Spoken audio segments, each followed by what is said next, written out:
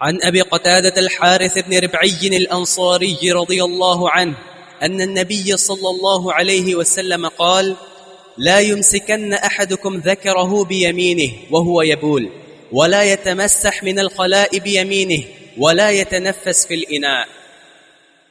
اس حدیث میں بھی کچھ آداب ہیں قضاء حاجت کے.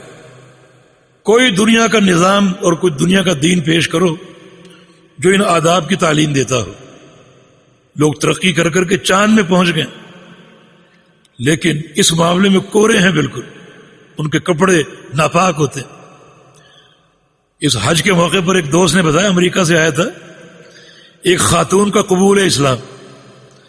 وہ خاتون لانڈری میں کام کرتی تھی اور کپڑے دھلنے کے لیے آتے تھے، اور ہر کپڑے پر نجاست کے نشان لگے ہوتے تھے، ہر کپڑے پر. یہ ترقی یافتہ قوم کا حال ہے جس نے مریخ پر کمندے ڈالنے کا پروگرام بنا رکھا ہے، اور یہاں بالکل کورے. لیکن ایک گھرانے کے کپڑے آتے تھے، وہ چیک کرتی تھی، وہ بالکل خوشبودار بھی ہوتے، کوئی نجاست کا نشان بھی نہ ہوتا.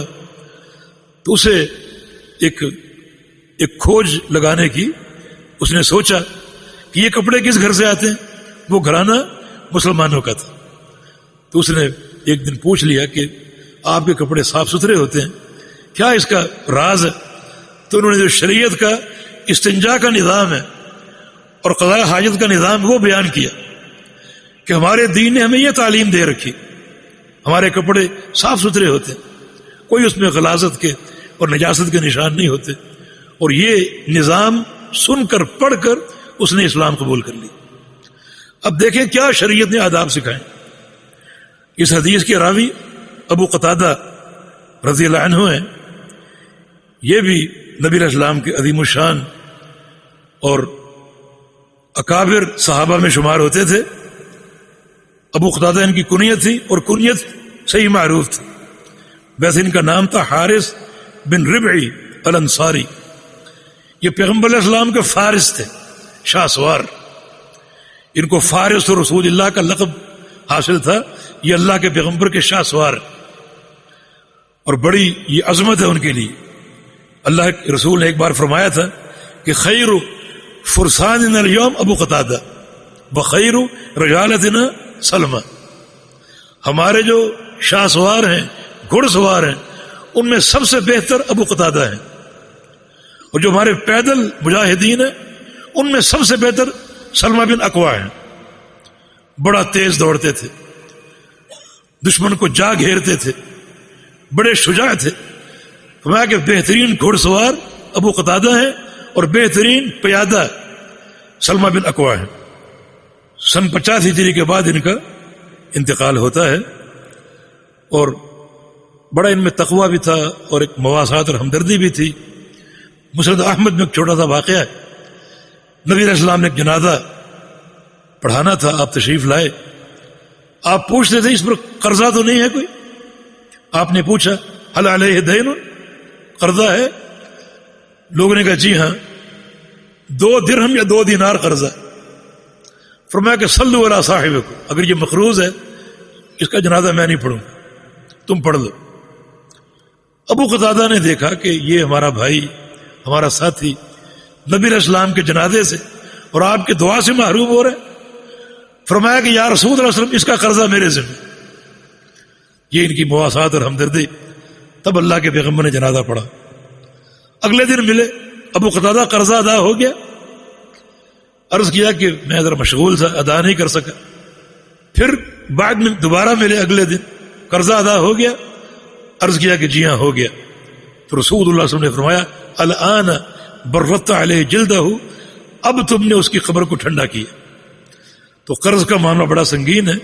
تو باہر کے ابو قتادہ انصاری رضی اللہ عنہ نبی علیہ السلام کے ان صحابہ میں شمار ہوتے ہیں جن کے دلوں میں ہمدردی اور مواسات بھری ہوئی تھی. حدیث کیا ہے؟ حدیث میں 3 آداب کا ذکر ہے. فرمایا کہ لا یمسکن احدکم ذکرہ بیمینہ، کوئی شخص اپنی شرمگاہ کو اپنے دائیں ہاتھ سے نہ چھوئے. یہ ایک بہترین ادب، اپنی شرمگاہ کو دائیں ہاتھ سے نہ چھوئے. یہاں خطاب مردوں سے ہے، مگر خواتین بھی ان میں داخل. النساء شقائق الرجال، احکام شرعیہ میں عورتیں مردوں کے مشابہ ہیں، مردوں کے ساتھ ہیں. شریعت اگر تفریق کرے کسی حکم میں تو وہ فرق ہوگا. جہاں شریعت خاموش ہو وہاں مردوں کے احکام عورتوں کے لیے بھی. تو یہ حکم اپنی شرم کا دائیں ہاتھ سے نہ چھو. کب؟ وہو یبول، جب وہ پیشاب کر رہا ہو. قضاء حاجت کے وقت دائیں ہاتھ سے شرم کا نہ چھو. اور دوسرا ادب کیا ہے؟ ولا یتمسح من الخلاء بیمینہ، اور استنجا بھی دائیں ہاتھ سے نہیں کرنا، دائیں ہاتھ سے استنجا نہیں کرنا. اور تیسرا ادب کیا ہے؟ ولا یتنفس فی الاناء، اور برتن میں سانس نہیں لینا. پانی پیتے ہوئے برتن میں آپ پانی بھی پی رہے ہیں اور سانس بھی اندر ہی لے رہے ہیں، اس سے روکا.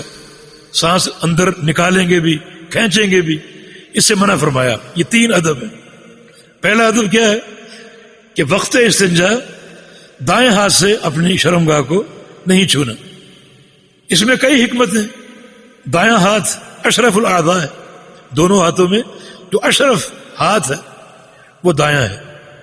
دائیں ہاتھ میں زیادہ تکریم ہے اس کے اکرام کے لیے.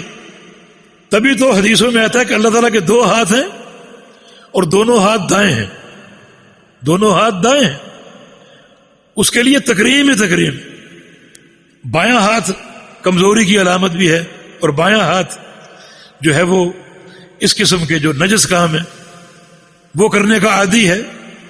تو اللہ تعالیٰ کے دونوں ہاتھ دائیں ہیں، یہ اللہ تعالیٰ کی صفت. تو دائیں ہاتھ کی تکریم بھی ہے. اور اگر آپ دائیں ہاتھ سے شرمگاہ کو چھوئیں گے، باہر نکلیں، کھانا آپ کا تیار ہو، دائیں ہاتھ سے کھانا، تو ممکن ہے آپ کو یہ خیال آئے کسی ہاتھ سے میں نے شرمگاہ کو چھوا تھا، تو ایک نفرت اور ایک قذارت آپ کے دل میں پیدا ہو جائے اور آپ کھانا ہی نہ کھا سکیں، گریز کر جائیں. تو بہت سی حکمت شریعت کے تحت ہے، اس لیے اس سے روکا. اور یہ ادب صرف دین اسلام نے ہمیں سکھایا. دوسرا ادب کیا ہے کہ استنجا دائیں ہاتھ سے نہیں کرنا. کوئی بھی استنجا کا بڑا ہو چھوٹا ہو دائیں ہاتھ سے نہیں کرنا. اس میں بھی دائیں ہاتھ کی تکریم ہے، اور اس میں بھی دائیں ہاتھ کو قذارت اور نجاست کے تلوث سے بچانا ہے. دائیں ہاتھ کو پانی ڈالنے کے لیے استعمال کرو اور بائیں ہاتھ کو استنجا کے لیے استعمال کرو. یہ بات پہلے بھی گزر چکی ہے. دائیں ہاتھ کی تکریم بھی ہے اور دائیں ہاتھ کو قذارت سے بچانا بھی ہے کہ اس دائیں ہاتھ کو آپ نے بہت سے اہم کاموں کے لیے استعمال کرنا. مثلا دائیں ہاتھ سے جو ہے وہ کھانا کھانا، تو ایسا نہ ہو قذارت پیدا ہو، نفرت پیدا ہو. اسی ہاتھ سے استنجا بھی کرتے ہیں، اسی ہاتھ سے کھانا بھی کھاتے ہیں. دائیں ہاتھ سے کتاب اٹھانا، مصحف اٹھانا، قرآن پاک دائیں ہاتھ سے اٹھانا چاہیے. تو آپ اسی ہاتھ سے استنجا بھی کریں، اسی ہاتھ سے قرآن بھی اٹھائیں. تو یہ قرآن پاک کے ادب کے منافی. دوستوں سے ملاقات ہوتی ہے، بزرگوں سے ملاقات ہوتی ہے، ان سے مصافحہ کرنا ہوتا ہے دائیں ہاتھ سے، اسی ہاتھ سے مصافحہ ہو، اسی ہاتھ سے استنجا ہو. تو شریعت کے یہ ادب بڑے طہارت پر اور نظافت پر قائم ہے. بڑی اس میں صفائی ہے اور بہت ہی اس میں جو وہ عمدگی پائی جاتی ہے ظاہر و باطن. اور تیسری چیز یہ با یتنفس فی الاناء، برتن میں سانس نہ لے. پانی پی رہے اور اندر ہی سانس لے رہے، سانس باہر نکال بھی رہے، اندر کو کھینچ بھی رہے. اس سے روکا. اس میں بھی کئی حکمتیں. مثلا اگر اندر سانس لے رہے برتن میں پانی پیتے ہوئے اور وہی پانی بعد میں آپ کے بھائی نے پینا ہے، تو وہ قذارت آپ کا بھائی محسوس کرے گا کہ اس شخص نے پانی پیا ہے اور اندر ہی سانس نکالا، تو یقیناً وہ قذارت محسوس کرے گا اور نفرت محسوس کرے گا. جو شرعی ادب ہے پانی پینے کا وہ یہ ہے کہ 3 سانسوں میں پانی پینا چاہیے اور سانس باہر لینا چاہیے. آپ نے پانی پیا، 2 گھونٹ بھرے، 3 گھونٹ بھرے، اور اب آپ برتن ہٹا لیں اور سانس لیں، اور پھر دوسرا جو ہے وہ گھونٹ بھرے، اور پھر تیسرا. سانس باہر لینا چاہیے. رسول اللہ صلی اللہ علیہ وسلم کا فرمان ہے کہ برتن میں سانس نہ لو. تو اس میں ایک تو یہ وجہ ہے کہ آپ سانس لیں گے، آپ کا بھائی آپ کو دیکھ رہا ہے، اس نے بھی یہ پانی پینا ہے، یقیناً وہ کراہت محسوس کرے گا کہ اس میں آپ نے اپنا سانس داخل کر دیا۔ دوسرا یہ کہ بعض اوقات کسی بندے کی سانسوں کے ساتھ امراض لاحق ہوتے ہیں، ایسے امراض جن کا تعلق انسان کے سانس سے ہے، تو پھر وہ ان خطرناک جراثیم اور وہ مرض برتن کے ساتھ اور پانی میں داخل ہو سکتا ہے، آپ اس کو دوبارہ پئیں گے اور وہ مرض آپ کے اندر داخل ہو جائے گا۔ تو شریعت نے نہ صرف یہ کہ انسان کی طہارت، پاکیزگی اور صفائی کا اہتمام کیا ہے، بلکہ انسان کی صحت کا بھی اہتمام کیا ہے، ایسے کاموں سے بچایا ہے جو انسان کی صحت کے منافی ہوتے ہیں۔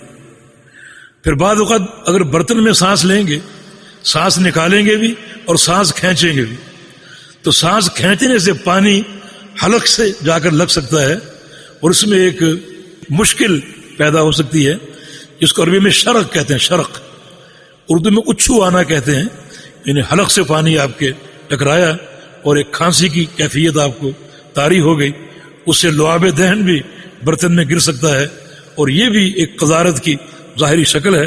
تو شریعت نے ان تمام امور کے تحت، صفائی کے تقاضوں کے تحت اور بندوں کی حفظ صحت کے تحت اس عمل سے روکا ہے۔